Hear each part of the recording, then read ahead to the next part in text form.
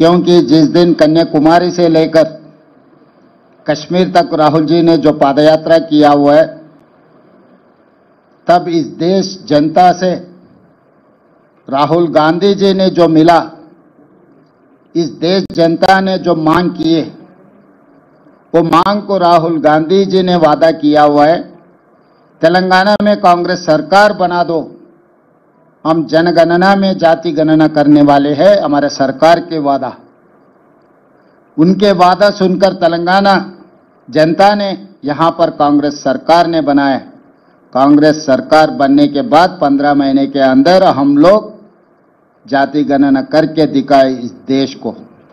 एक मार्गदर्शन दिए हम लोग कि 100 साल से जो मुद्दा कामयाब नहीं हुआ, बार बार ये आवाज उठा रहे, मगर कोई सुनने के लिए तैयार नहीं था। मगर राहुल जी ने इस जनता का आवाज सुनकर वादा किया हुआ है, इसीलिए तेलंगाना राज्य में कांग्रेस सरकार बनते ही जनगणना में हम जाति गणना करके दिखाए। उसके बाद हम लोग ने इस विधानसभा में हम लोग मांग किए, रेजोल्यूशन पास किए केंद्र सरकार को आने वाले जनगणना में जाति गणना करो। नहीं किए तो इस देश आपको भारतीय जनता पार्टी को माफी करने वाले नहीं है। इसीलिए हम लोग सब मिलके संसद से लेकर सड़क से लेकर संसद तक हम आवाज उठाए, दिल्ली गए, जंतर मंतर में हमारा आवाज सुनाए। इस बार जनगणना में जाति गणना करना ही पड़ेगा मोदी जी, नहीं तो फिर आप मैदान में नहीं आओगे आने वाले चुनाव में। ये मांगता देश भर जितने भी पॉलिटिकल पार्टीज थे उस दिन, आप लोग गवाह है। सब भारतीय जनता पार्टी एनडीए के लोग के अलावा बाकी के सब लोग आके जंतर मंतर में हमें मदद दिए। जो तेलंगाना राज्य सरकार ने जो कदम उठाया, सब लोग हमारे मदद किए, हम हमारे लोगों को तारीफ किए। इसीलिए आज मजबूरी से केंद्र सरकार ने यह निर्णय लिया, मगर इस मौके पे हम लोग राजनीति बात करना नहीं चाहता है।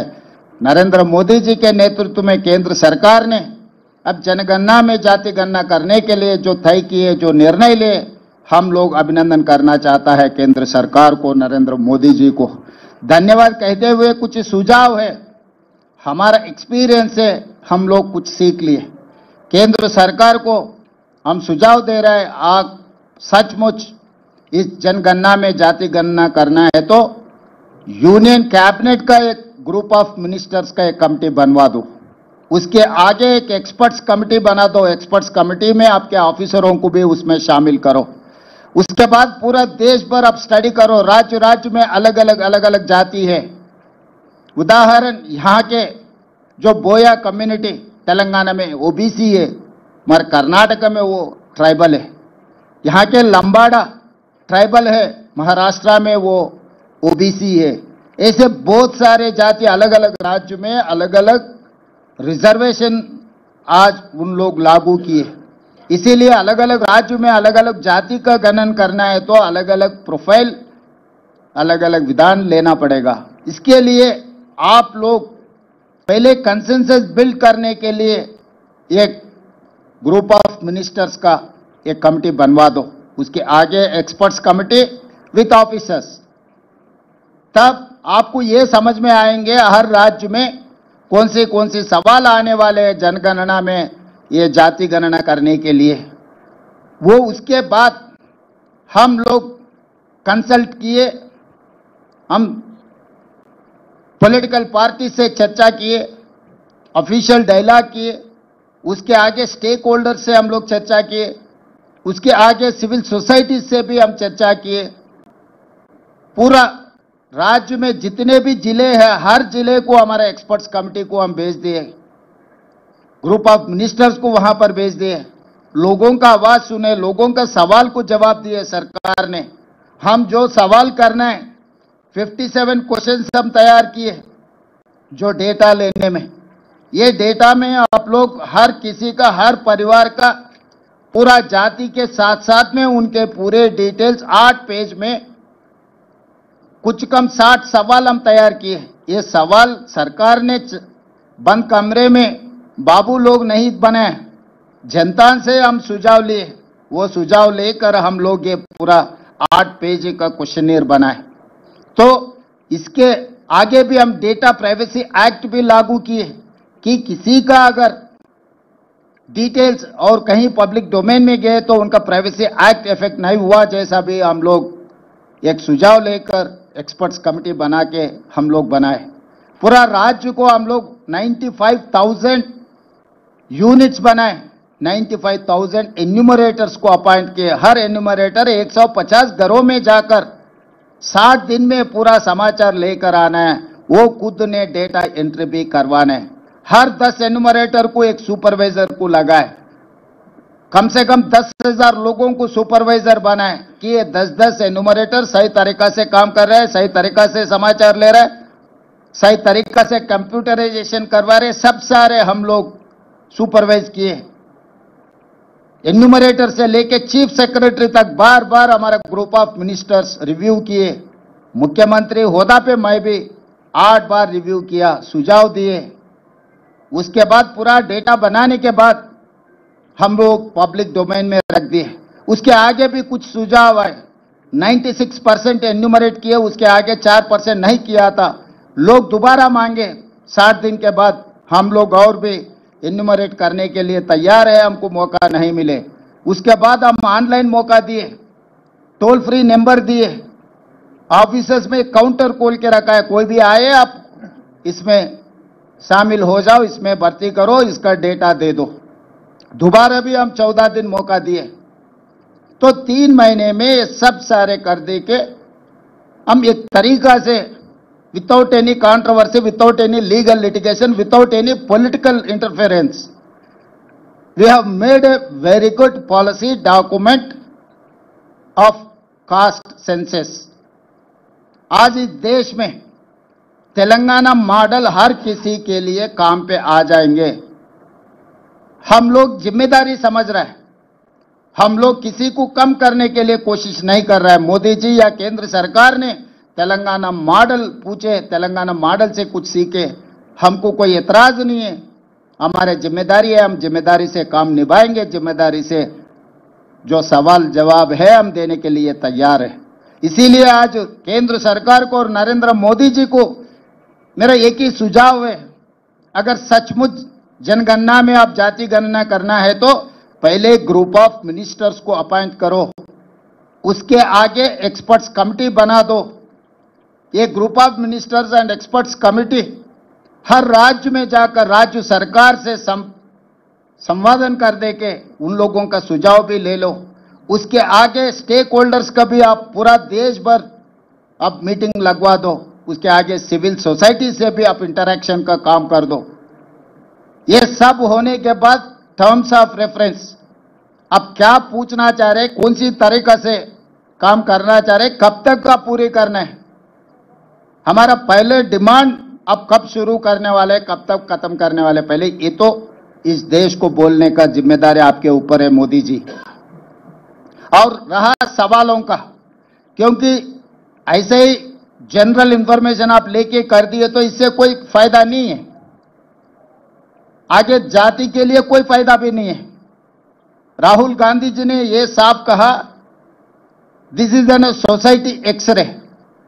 एक आदमी का अगर दवाखाना को गए तो एक्सरे किए तो जितने भी उनके प्रॉब्लम्स आइडेंटिफाई हो सकता है, समाज में जितना भी प्रॉब्लम्स है ये जनगणना में जाति गणना करने के वजह से एक्सरे मिलेगा। एक्सरे मिले तो आप इसका ट्रीटमेंट इलाज कर सकता है। इसीलिए केंद्र सरकार को हम ये गिनती करना चाहता है कि आप हमारे एक्सपीरियंस से आप कुछ सीखने के लिए कोशिश करो। एक एक्सपर्ट कमेटी को आप यहां भेज दो। हमारे पूरा सरकार के सिस्टम पूरा खड़ा होकर केंद्र सरकार को मदद करने के लिए हम राजी है, क्योंकि इस देश में जो 90% एससी एसटी बीसी माइनॉरिटीज है, उनके वेलफेयर के लिए, उनके डेवलपमेंट के लिए राज्य सरकार और केंद्र सरकार मिलजुल के काम करने का वक्त आए। आज वो सवाल पूछ रहा है, सवाल कर रहा है राज्य और केंद्र सरकारों को। इन लोगों को भरोसा देने का जिम्मेदारी प्रधानमंत्री होते हुए आपके ऊपर तेलंगाना मुख्यमंत्री मेरा ऊपर बहुत बड़ा जिम्मेदारी है। ये जिम्मेदारी निभाने के लिए हम तैयार है, हम राजी है। यहाँ पर कोई राजनीति करने का इरादा हम लोगों को नहीं है। हम लोग केंद्र सरकार को मदद करने के लिए साथ मिलकर काम करने के लिए हम तैयार है। जब तक आप ये पूरा जनगणना में जाति गणना करने के लिए तारीख तय करो, उसके आगे टर्म्स ऑफ रेफरेंस तय करो, उसके आगे प्रोसेस पूरा तैयार करो, उसके बाद ये पूरा मिलने के बाद ये डेटा लेकर क्या करना है, वो एक बड़ा सवाल अपने सामने खड़ा है। इसीलिए हम लोग एक्सपर्ट्स को जस्टिस सुदर्शन रेड्डी, कंचे अय्यलయ్య, प्रोफेसर शांता सिन्हा से एक कमेटी डाले, ये पूरा डेटा देके हम लोग क्या मदद कर सकता है, इन लोगों को हर जाति के लिए हम क्या कर सकता है। All these are experts in the society, they have rich experience. उनके एक्सपीरियंस से हम सुझाव लेके सरकार आगे बजट में, एम्प्लॉयमेंट में, एजुकेशन में, हर जगह में उन लोगों का हक देने के लिए हम लोग कोशिश कर रहा है। इसीलिए आज केंद्र सरकार को धन्यवाद कहते हुए आगे जो रास्ता खोलना है, आगे जो सवाल अपने सामने खड़ा होने का मौका है, ये सवालों को जवाब हमारा एक्सपीरियंस से आप ले लो। हम लोग केंद्र सरकार के साथ मिलकर काम करने के लिए हम तैयार हैं।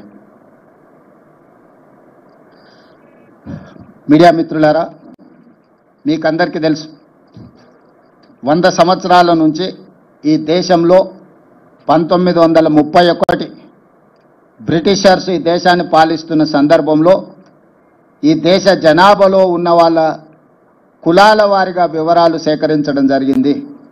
దాదాపుగా 100 సంవత్సరాల నుంచి ఇప్పటి వరకు మళ్ళీ ఈ పూర్తి స్థాయిలో సమాచార సేకరణ జరగలేదు। 2010లో మన్మోహన్ సింగ్ గారు, శ్రీమతి సోనియా గాంధీ గారు యూపీఏ చైర్పర్సన్గా ఉన్నప్పుడు ఒక ప్రయత్నం చేసిండ్రు, సమాచార సేకరణ చేసిండ్రు, కానీ ఆ వివరాలు పూర్తిగా ప్రజలకు అందుబాటులోకి రాలేదు, ప్రభుత్వం ఆమోదించలేదు। నరేంద్ర మోడీ గారు ప్రధానమంత్రిగా బాధ్యత చేపట్టిన తర్వాత ఆ నివేదికను కాలగర్భంలో కలిపేసిండ్రు। ఈ 11 సంవత్సరాలు వారు ఎలాంటి ప్రయత్నం చేయలేదు।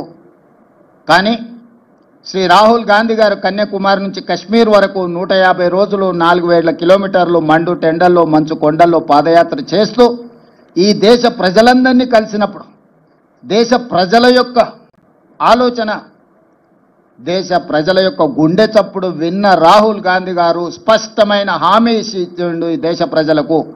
ఏ రాష్ట్రంలో మా ప్రభుత్వం ఏర్పడుతుందో ఆ రాష్ట్రంలో మేము జనగణనలో కులగణనను ఏర్పాటు చేస్తాము, వివరాలు సేకరిస్తాము। అదేవిధంగా కేంద్రంలో కూడా మా ప్రభుత్వం ఏర్పడిన ఎంబడే జనగణనలో కులగణనను కలిపి సమాచారాన్ని సేకరించి ఇది ఒక ఈ సమాజానికి సంబంధించిన ఎక్స్రే, ఈ ఎక్స్రే ద్వారా వాళ్ళు ఎంతమంది ఉన్నారో అంత వాళ్లకు నిధుల విషయంలో, నియామకాల విషయంలో న్యాయం చేస్తామని రాహుల్ గాంధీ గారు హామీ ఇచ్చారు। ఈరోజు రాహుల్ గాంధీ గారి హామీ మేరకు తెలంగాణ ప్రజలు కాంగ్రెస్కు ప్రభుత్వాన్ని అందించడం జరిగింది। రాహుల్ గాంధీ గారు సూచనలు తీసుకుంటూ తెలంగాణ రాష్ట్రంలో కులగణనను విజయవంతంగా, ఎలాంటి వివాదాలు లేకుండా, ఎలాంటి తప్పులు లేకుండా ప్రతిపక్షాలను, అదేవిధంగా అందులో భాగస్వాములను, అదేవిధంగా ప్రజా హక్కుల సంఘాలను అందరిని కూడా వాళ్ళ అభిప్రాయాలను సేకరించి ప్రశ్నపత్రాన్ని తయారు చేసి చట్ట పరిధిలో రాజ్యాంగబద్ధంగా ఈ వివరాలన్నిటిని కూడా సేకరించి ఈరోజు దేశానికే ఆదర్శంగా నిలబడ్డం। రాహుల్ గాంధీ గారికి ఈరోజు తెలంగాణ ప్రజల తరఫున నేను ధన్యవాదాలు తెలియజేయదలుచుకున్న, బలహీన వర్గాల తరఫున నేను ధన్యవాదాలు తెలియజేయదలుచుకున్న। ఈరోజు పెద్దలు కేశవరావు గారు, హనుమంతరావు గారు, మధుయాస్కి గారు, పొన్నం ప్రభాకర్ గారు, అంజన్ కుమార్ యాదవ్ గారు, చాలా మంది మిత్రులు, షబీర్ అలీ గారు, చాలా మంది శాసనసభ్యులు, వీళ్ళందరూ కూడా నన్ను అభినందించడానికి వచ్చిండు। ఈ అభినందనలు నాకు కాదు, రాహుల్ గాంధీ గారికి చెందాలి। వారి ఆలోచనను, వారి సూచనలను తీసుకొని తెలంగాణ రాష్ట్ర ప్రభుత్వం ఈ కులగణనను చేపట్టడం జరిగింది। స్పష్టంగా, పారదర్శకంగా, అత్యంత భద్రంగా ఈ వ్యవహారాన్ని మొత్తం ప్రభుత్వం ఒక ప్రతిష్టాత్మకంగా తీసుకొని అమలు చేయడం జరిగింది। ఇందులో మంత్రివర్గ ఉపసంఘం group of ministers Uttam Kumar Reddy garu, Bhatti Vikramarka గారు, సీతక్క గారు, అదేవిధంగా శ్రీధర్ బాబు గారు, పొన్నం ప్రభాకర్ గారు అందరూ కూడా ఇందులో అధికారులతోని చీఫ్ సెక్రటరీ నుంచి ఎన్యూమరేటర్ల వరకు దాదాపుగా 1,50,000 మంది భాగస్వాములు అయ్యి దాదాపుగా 90 రోజులు నిరంతరం పనిచేసి ఈ విజయవంతంగా ఈ నివేదికను తయారు చేయడం జరిగింది. ఆ తర్వాత అసెంబ్లీలో తీర్మానం చేసినాం, 2 తీర్మానాలు చేసినాం. ఒకటి, జనగణనలో కులగణన కేంద్ర ప్రభుత్వం తక్షణమే చేపట్టాలి. అదేవిధంగా బీసీ రిజర్వేషన్లను 50% పరిధిలో నియంత్రించడం కాదు, ఈ 50% పరిధిని దాటి రిజర్వేషన్లు పెంచాలి. అందులో 42% బీసీలకు రిజర్వేషన్లు ఇవ్వాలి అని మేము శాసనసభలో తీర్మానం చేసి కేంద్ర ప్రభుత్వానికి పంపించినాం. కుల సంఘాల మద్దతు జంతర్ మంతర్లో కేంద్ర ప్రభుత్వం మీద పార్లమెంట్ జరిగేటప్పుడు ఒత్తిడి తీసుకురావడానికి రోజంతా ధర్నా చేసినాం. జాతీయ స్థాయిలో ఉన్న రాజకీయ పార్టీలు, దాదాపుగా 16 పార్టీలకు సంబంధించిన ప్రతినిధులు ఆ నిరసన కార్యక్రమంలో పాల్గొని సంపూర్ణంగా మాకు మద్దతు ఇవ్వడం జరిగింది. ఈరోజు ఈ ఒత్తిడి మేరకు కేంద్ర ప్రభుత్వం నరేంద్ర మోడీ గారు నిన్న జనగణనలో కులగణనను చేర్చుతామని నిర్ణయించారు. ఈ నిర్ణయాన్ని స్వాగతిస్తున్నాము. ఇక్కడ రాజకీయాలకు తావు లేకుండా కేంద్ర ప్రభుత్వాన్ని అభినందిస్తున్నాము. అయితే ఇది అమలు చేసే క్రమంలో తీసుకోవాల్సిన జాగ్రత్తలు, నిర్ణయించాల్సిన సమయం అనేది అత్యంత కీలకము. ఈరోజు ప్రధానమంత్రి గారిని నేను అడుగుతున్నా, మీరు ఎప్పుడు మొదలు పెడుతున్నారు, ఎప్పటిలోగా జనగణన కులగణన చేర్చి పూర్తి చేస్తారో మీరు తేదీలను నిర్ణయించండి. అదేవిధంగా ఇది అమలు చేసే క్రమంలో మీరు తీసుకోబోయే నిర్ణయాలు, అమలు చేసే ముందు వచ్చే సవాళ్లను, సమస్యల్ని ఏ విధంగా అధిగమించదలుచుకున్నారో మీరు అన్ని రాజకీయ పక్షాలతో చర్చించండి. ఇది సీక్రెట్ డాక్యుమెంట్ కాదు, ఇది ఎనీ పొలిటికల్ పార్టీ రెస్పాన్సిబిలిటీ కాదు, ఇది గవర్నమెంట్ ఆఫ్ ఇండియా బాధ్యత. కేంద్ర ప్రభుత్వం ఒక నిర్ణయం తీసుకొని ఒక విధానాన్ని తెచ్చినప్పుడు అన్ని రాజకీయ పార్టీలతోనే పార్లమెంటరీ వ్యవస్థలో భాగస్వాములైన ప్రతి ఒక్కరితో చర్చించి వాళ్ళ సూచనలు తీసుకోవాలి. అందుకే నరేంద్ర మోడీ గారికి సూచన చేస్తున్న గ్రూప్ ఆఫ్ మినిస్టర్స్తో ఒక కమిటీ వేయండి, ఆఫీసర్లతో కూడుకున్న ఇంకొక ఎక్స్పర్ట్స్ కమిటీని వేయండి. గ్రూప్ ఆఫ్ మినిస్టర్స్ రాజకీయ పార్టీలతోని, అదేవిధంగా స్టేక్ హోల్డర్స్తోని, అదేవిధంగా సివిల్ సొసైటీస్తోని చర్చించమనుండ్రి. వాళ్ళ నుంచి వచ్చే సూచనలను, వాళ్ళ నుంచి వచ్చే సమస్యలను, ప్రశ్నలను ప్రభుత్వం వివరణ ఇవ్వడం ద్వారా పారదర్శకంగా ఈ ప్రక్రియను ముందుకు తీసుకెళ్లొచ్చు. ఇదే కాకుండా ఈ అధికారులు వివిధ రాష్ట్రాలలో గతంలో జరిగిన అనుభవాలను వాళ్ళు తిరిగి తెలుసుకోవాలి, అక్కడి నుంచి సమాచారాన్ని సేకరించాలి. తద్వారా ఈ గొప్ప కార్యక్రమము ఎలాంటి వివాదాలకు తావు లేకుండా పూర్తి చేయడానికి అవకాశం ఉంటుంది. కాబట్టి మీరు అధికారులతో కూడా కమిటీని నిర్ణయించి ఇప్పుడు మీరు చేపట్టబోయే జనగణనలో కులగణన విధి విధానాలు ఏందో నిర్ణయించండి. విధి విధానాలను కూడా పబ్లిక్ డొమైన్లో పెట్టండి. ప్రజల నుంచి సూచనలు తీసుకోండి. మేము సమాచార సేకరణ చేసినప్పుడు 57 ప్రశ్నలను ప్రజల నుంచి అడిగి ప్రశ్నాపత్రాలను తయారు చేసి ఆ ప్రశ్నాపత్రాలను కూడా మేము ప్రజల ముందు పెట్టినాం. మేము ఏమేమి సమాచారాన్ని సేకరించబోతున్నాం, ఈ సమాచారాన్ని మీ దగ్గరకు వచ్చినప్పుడు మీరు అందరికి ఇవ్వండి అని చెప్పి ఇట్లా 8 పేజీల 57 ప్రశ్నపత్రాలు తయారు చేసి ఈ ప్రశ్నలకు సంబంధించిన సమాచారాన్ని సేకరించిన సమాచారాన్ని చాలా గోప్యంగా భద్రపరచడము. వ్యక్తులు, కుటుంబాలకు సంబంధించిన సమాచారాన్ని ప్రజలకు ఇవ్వలేదు. వాళ్ళ సామాజిక వర్గాల యొక్క నిష్పత్తిని మాత్రమే ప్రజలకు వివరించినాం. శాసనసభలో కూడా ఆ వివరాలను పెట్టి సభలో చర్చించి ఫైనల్గా ప్రభుత్వం దీన్ని చట్టాన్ని చేసినప్పుడు కూడా సభలో సుదీర్ఘమైన చర్చ చేసి అన్ని రాజకీయ పార్టీలను ఇందులో భాగస్వాములను చేసినాం. ఎక్కడ కూడా మా పార్టీ విధానంగానో మా ప్రభుత్వంలో ఉండే కొద్దిమంది వ్యక్తుల విధానంగానో దీన్ని మేము అమలు చేయలేదు. 4 కోట్ల తెలంగాణ ప్రజలు, ప్రతిపక్ష పార్టీలతో సహా ప్రభుత్వం, అదేవిధంగా స్టేక్ హోల్డర్స్ ఎవరైతే భాగస్వాములు ఉన్నారో, లబ్ధిదారులు ఉన్నారో వాళ్ళు, అదేవిధంగా ప్రజా హక్కుల కోసం పనిచేసే వాళ్ళందరినీ కూడా ఇందులో భాగస్వాములను చేసి వాళ్ళకు నమ్మకం, విశ్వాసం కల్పించి ఈరోజు ఈ కార్యక్రమాన్ని ముందుకు తీసుకెళ్ళినాం. అందుకే ఈరోజు తెలంగాణలో దేశంలోనే మొదటి రాష్ట్రంగా తెలంగాణ నిలబడ్డది. ఇవాళ దేశానికే ఆదర్శంగా తెలంగాణ ముందు వరుసలో ఉన్నది. నిన్న రాహుల్ గాంధీ గారు అదే విషయం చెప్పినారు. తెలంగాణ మోడల్ ఈ దేశానికి రోల్ మోడల్. ఈ రోల్ మోడల్ నుంచి మీరు నేర్చుకోండి, తద్వారా పకడ్బందీగా దీన్ని అమలు చేయండి అని రాహుల్ గాంధీ గారు సూచన చేసినారు.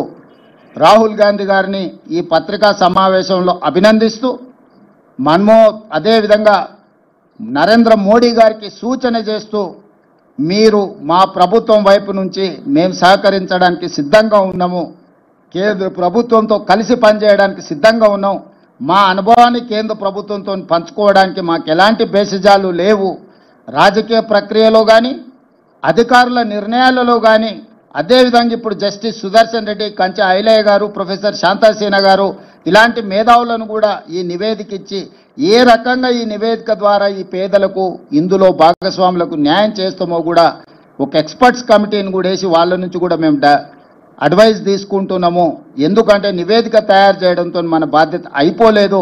ఆ నివేదిక ద్వారా నిజమైన పేదలకు లబ్ధి చేకూరాలి, నిజమైన బలహీన వర్గాలకు మేలు జరగాలి అన్న ఆలోచన కృత్రిమంగా 50% రిజర్వేషన్ ఏదైతే అప్పర్ లిమిట్ క్యాప్ పెట్టినరో దాన్ని తొలగించడమే కాదు, బీసీలకు 42% రిజర్వేషన్ ఇవ్వాలి అన్న ఆలోచన ఏదైతే ఉన్నదో మేము తీర్మానం చేసినాం, జంతర్ మంతర్లో ధర్నా చేసినాం. ఏది ఏమైనా నిన్న కేంద్ర ప్రభుత్వం నిర్ణయం తీసుకున్నది. ఆలస్యమైన ఈరోజు ఈ నిర్ణయం తీసుకున్నదాన్ని స్వాగతిస్తూ దీన్ని పక్కడబందీగా అమలు చేయాలన్నదే మా ఆలోచన. కేంద్ర ప్రభుత్వానికి సంపూర్ణంగా రాష్ట్ర ప్రభుత్వం సహకరించి జనగణనలో కులగణనను పక్కడబందీగా చెయ్యాలి. తద్వారా బలహీన వర్గాలకు 42% రిజర్వేషన్లు రావాలి. విద్య, ఉద్యోగ, ఉపాధి అవకాశాలలో వాళ్ళకు సముచితమైన స్థానం కల్పించాలన్న రాహుల్ గాంధీ ఆలోచనను అమలు చేయడానికి ఎవరితోనైనా కలిసి పనిచేయడానికి మా ప్రభుత్వానికి ఎలాంటి అభ్యంతరాలు, ఇబ్బంది లేదు.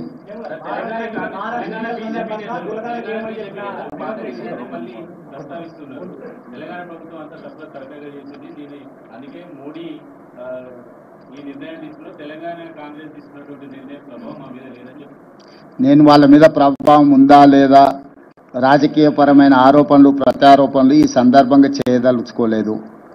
లక్ష్యం మాకు స్పష్టంగా ఉంది. ప్రజలకు మా పట్ల విశ్వాసం ఉన్నది. దేశంలోనే మా ప్రభుత్వం చేసి చూపించింది. ఇలాంటి విమర్శలు చేసే నాయకులను నేను ఒకటే ప్రశ్న అడుగుతున్నా. 11 సంవత్సరాల నుంచి నరేంద్ర మోడీ గారు దేశ ప్రధానమంత్రిగా ఉన్నాడు. 16-17 రాష్ట్రాలలో మీ ప్రభుత్వమే ఉన్నది.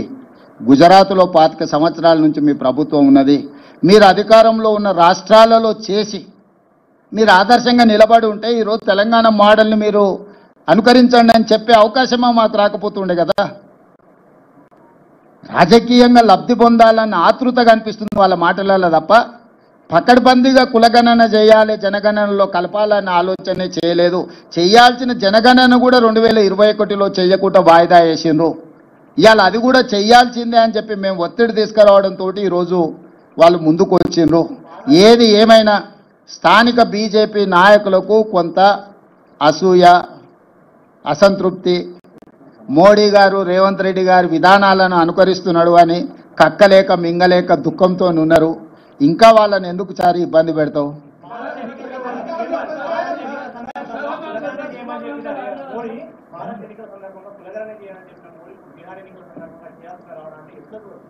అంటే ఇవన్నీ రాజకీయాలకు ముడిపెట్టకండి. నేను ఒకటే చెప్తున్నా, ఇది ఈ దేశ ప్రజలకు మేలు జరుగుతుంది.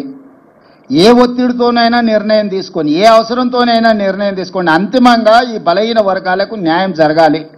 ఇప్పుడు రాజకీయపరమైన వివాదాలను, ఆరోపణలు చేయడం మొదలు పెడితే ఆ వర్గాలకు నష్టం జరుగుద్ది. మేము ఆరోపణలు చేయదలుచుకోలే. నేను ఈ సందర్భంగా ఏ ఒత్తిడితోనైనా, ఏ అవసరం కోసమైనా చేయడం ద్వారా నిజమైన లబ్ధి బలహీన వర్గాలకు చేరాలి. అదే మా లక్ష్యం, రాహుల్ గాంధీ గారి లక్ష్యం, మా లక్ష్యం, ఈ వేదిక మీద ఉన్న ప్రతి ఒక్కరి ఉద్దేశం అదే. కాబట్టి మేము దీన్ని ఏ ఎన్నికలకు, ఏ రాజకీయ వివాదాలకు మేము ముడిపెట్టదలుచుకోలేదు.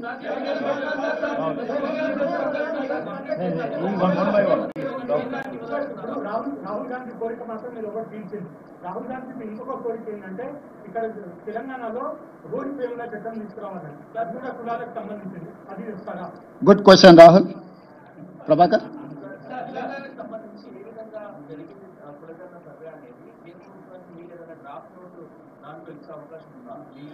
మేము ఆల్రెడీ ఆ నివేదిక పంపించినాము.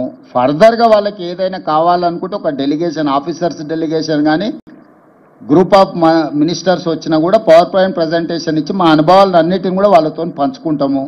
వాళ్ళు ఇక్కడికి వచ్చిన సమాచారాన్ని ఇస్తాం, లేదు మమ్మల్ని రమ్మంటే కూడా ఢిల్లీకి వెళ్తాం. ఇక్కడ రాజకీయంగా పంతాలకు పట్టింపులకు మేము పోదలుచుకోలేదు. ఈ ప్రక్రియ పకడ్బందీగా చేసి సరైన సమయంలో మనం చేస్తే వీళ్ళందరికీ మేలు జరుగుతుంది. వీళ్ళ కోసం ఒక మెట్టు దిగడానికి కూడా, బలైన వర్గాల కోసం ఒక మెట్టు దిగడానికి కూడా మా ప్రభుత్వానికి ఎలాంటి భేషజాలు లేవు.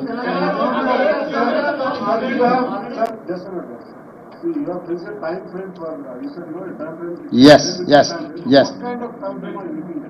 Sir, actually 1 year is the time frame. We have taken 1 year. So my advice is 1 year is max. Why? Because we have done and we have learned something from that, out of that experience. We are there to share with Government of India my experience. So 1 year's time frame is reasonable time. They can do miracles within a year. I don't know how Government of India is going to take on a decision. That is why I have told you discuss with political parties and stakeholders and civil societies. Then you will get some information or otherwise suggestions. Based on that, you prepare in a terms of reference. It is easy to handle things. Otherwise, it will become an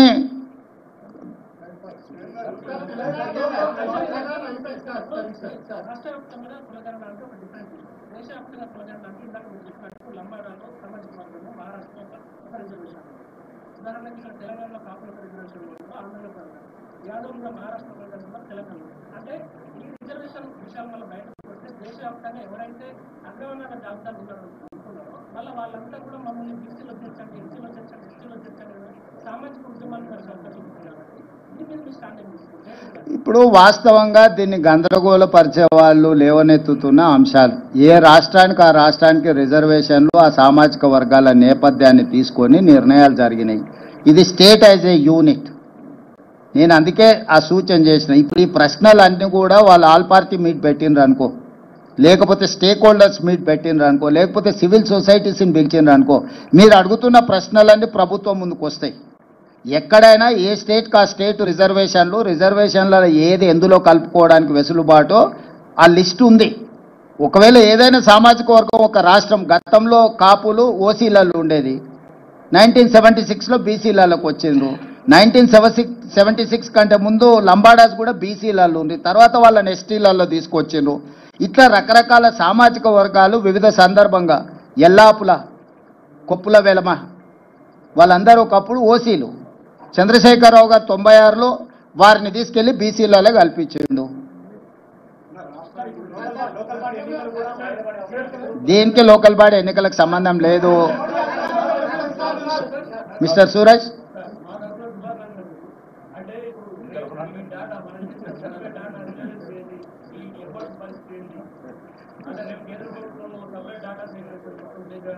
A data సేకరించినా సూరజే ఉంటాడు, పొన్నం ప్రభాకరే ఉంటాడు కదా.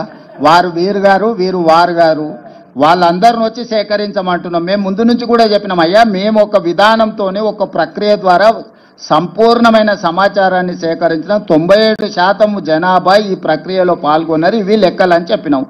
కేంద్ర ప్రభుత్వం ఇంకా మెరుగైన ప్రక్రియ ఏదని చేపడితే మంచిదే కదా, మాకేం అభ్యంతరం లేదు. మేము ఇంటింటికి వెళ్ళి 150 కుటుంబాలను 150 ఇండ్లను ఒక గ్రూప్గా దానికి ఒక ఎన్యూమరేటర్ను పెట్టి 60 రోజులు సమయం ఇచ్చినాం. ఓ రోజు సూరజ్ ఏదైనా పని మీద పెళ్లికో పేరంటానికి పోతే కూడా తెల్లారైనా మళ్ళీ పోయి నమోదు చేయించుకొని రాని. దాంట్లో ఎవరైతే నమోదు చేయించుకున్నారో వాళ్ళు సంతకం తీసుకున్న అధికారి ఆయన సొంతంగా రాసుకొని ఆయన సంతకం పెట్టుకొని రాలే. ఆ కుటుంబ పెద్ద దగ్గర, కుటుంబ వ్యక్తుల దగ్గర కూర్చొని ఆ కుటుంబ పెద్ద ఎవరు, కుటుంబంలో ఉన్న సభ్యులు ఎంతమంది, వాళ్ళు ఏ సామాజిక వర్గము, వాళ్ళకి ఏమేమి లబ్ధి పొందుతున్న ప్రభుత్వ పథకాలు, రాజకీయంగా ఏమైనా రిజర్వేషన్లు పొందినరా, అన్ని వివరాల ప్రశ్నపత్రంలో ఉన్నాయి. ఎవరు ఏది నిజం చెప్పినా అబద్ధం చెప్పినా, ఆస్తుల అప్పుల విషయంలో నిజాలు అబద్ధాలు చెప్పొచ్చు, కానీ కులాల వివరాలు ఎవరు కూడా అబద్ధం చెప్పరు. ఇది 100% నా సంపూర్ణమైన విశ్వాసము. కులాల లెక్క పక్కగా తేలిన తర్వాత సంక్షేమ పథకాలు ఎట్లా అమలు చేయాలనో ఆటోమేటిక్గా ఆ స్టేటస్ అనేది మన దగ్గరకు వచ్చేస్తుంది. కేంద్ర ప్రభుత్వం ప్రామాణికం. ఎప్పుడు కూడా ఎలాంటి డేటా అయినా గవర్నమెంట్ ఆఫ్ ఇండియా ప్రివేల్స్. ఇప్పుడు ఏ డేటా లేనప్పుడు నా డేటా ప్రామాణికం. కేంద్రమే ఒక ప్రక్రియను చేపట్టి ఇది డేటా రాష్ట్రాల వారి కానీ కేంద్ర ప్రభుత్వం ముందుకు వచ్చినప్పుడు ఆటోమేటిక్గా గవర్నమెంట్ ఆఫ్ ఇండియా ప్రివేల్స్.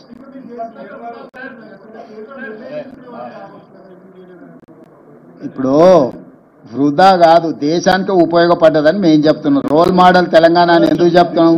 100 సంవత్సరాల నుంచి ఎవరు చెయ్యలేని పనిని, ప్రక్రియను తెలంగాణ రాష్ట్ర ప్రభుత్వం చేయడం ద్వారా చేయడానికి ఏ విధి విధానాలు ఉండాలి, చేయడం వల్ల వచ్చే ప్రయోజనం ఏంది, చేయకపోతే కలిగే రాజకీయ పార్టీలకు నష్టమేంది తెలిసింది. కాబట్టి ఈరోజు తెలంగాణలో సేకరించిన సమాచారం దేశానికి ప్రయోజనం చేకూరింది.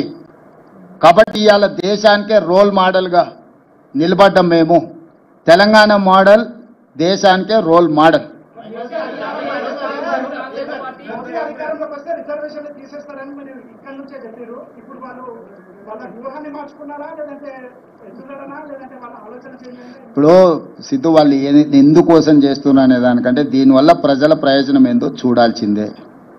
ఆ ఎన్నికల ముందు వాళ్ళు చేసిన ప్రయత్నాన్ని మేము తిప్పికొట్టినాం కాబట్టి, ప్రజలు కూడా తిప్పికొట్టి 240 సీట్లు ఇచ్చారు కాబట్టి రిజర్వేషన్లు రద్దు కాలేదు, రాజ్యాంగాన్ని మార్చలేదు.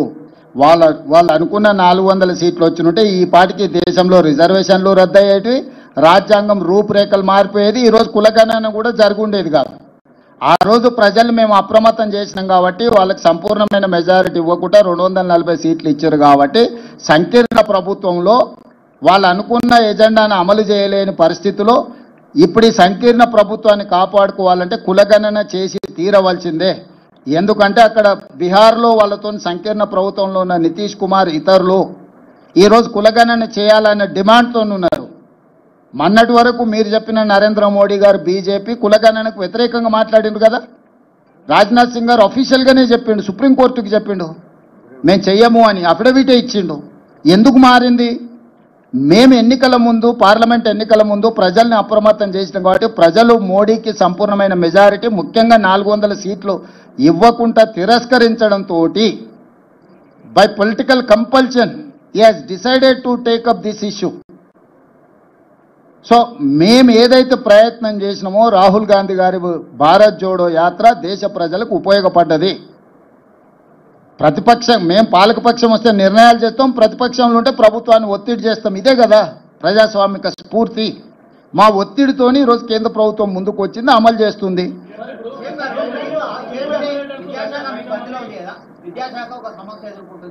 ఇక అది ఇప్పుడు ఇది మాట్లాడుకున్నాం, ఇప్పటికాడికి దీనికి మాట్లాడదాం, ఇక్కడ దేని విషయం మాట్లాడదాం.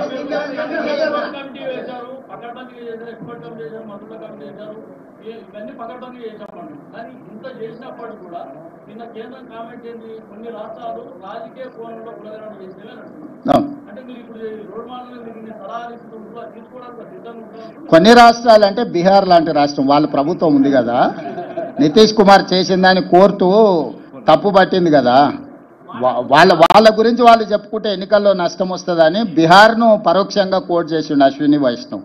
It is not for Telangana. Yes,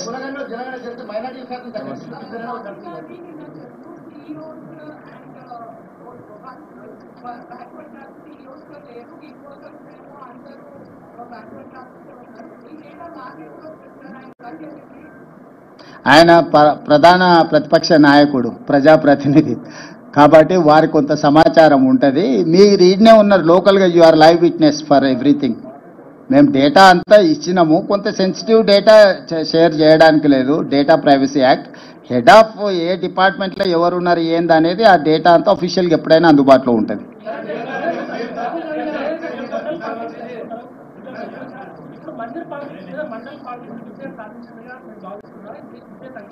ఇప్పుడు జనగణనలో కులగణనే ఎత్తుకుందాం, అది ఒక్కదాన్నే ఎత్తుకుందాం మనందరం కలిసి.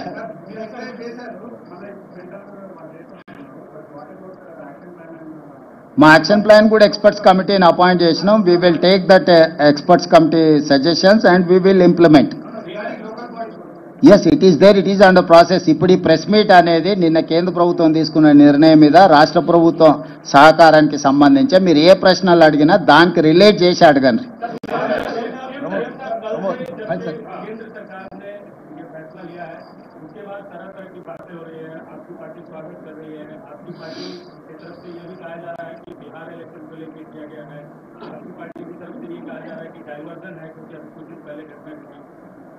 और तेलंगाना मुख्यमंत्री ये पूरी बातें जोड़ रहे हैं, आपने उनको बोलना पड़ेगा।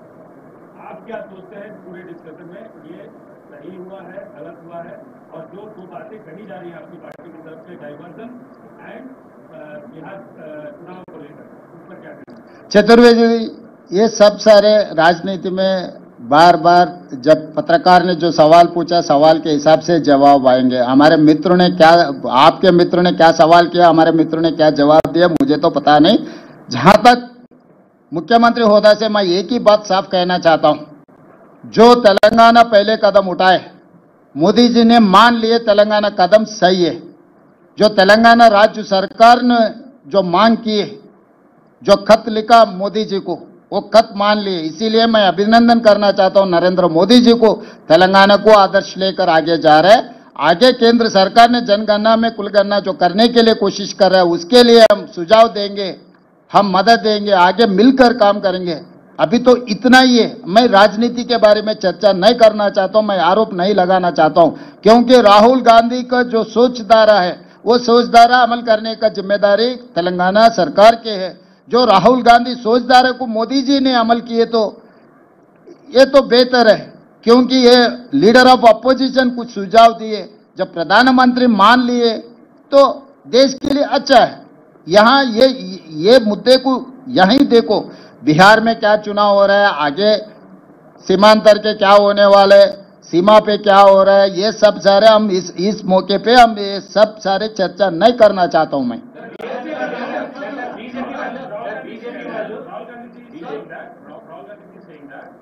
Whatever he said, he said that Telangana model is going to become a roadmap for the center.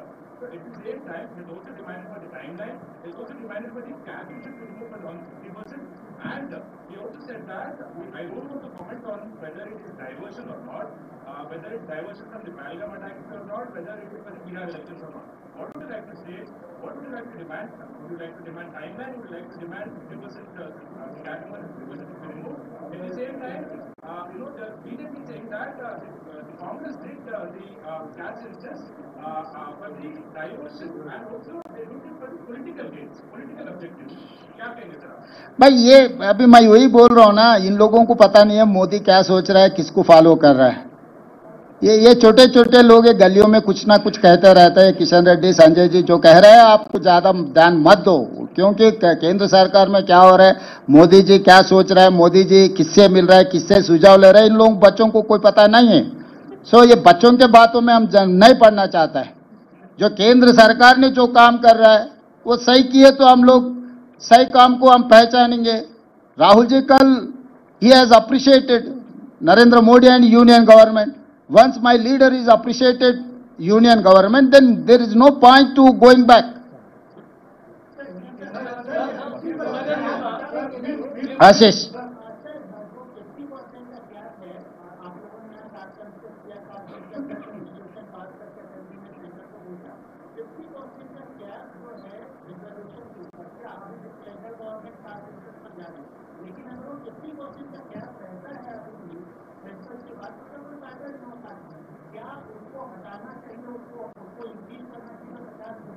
Ashish ji, supreme court ने 50% ही रखना बोल के नहीं बोले। जब आपके ने डेटा नहीं है, जनगणना में कुलगणना नहीं किए, जब आपके ने डेटा नहीं है तो आप 50% के आगे कैसे जाएंगे, ये सवाल किया था। जब तक आप ये काम नहीं कर सकते उसको बढ़ा नहीं सकते। ईडब्ल्यूएस में 10% बढ़ा दिया, अभी 50% होके 60% हो गए। आगे ओबीसी के लिए जो करना है, हम लोग जो 42% रेजोल्यूशन पास किए, जब ये पूरा इकट्ठा होकर अगर डेटा मिले ना, डेटा मिल गए तो काम खत्म। वहीं से अब रिजर्वेशन बढ़ाने का काम शुरू हो जाएंगे। इसीलिए पहले ये काम करो। पहले अभी किसी को इलाज करना बोले तो पहले एक्सरे लेना, तो ये एक्सरे है इलाज करने का।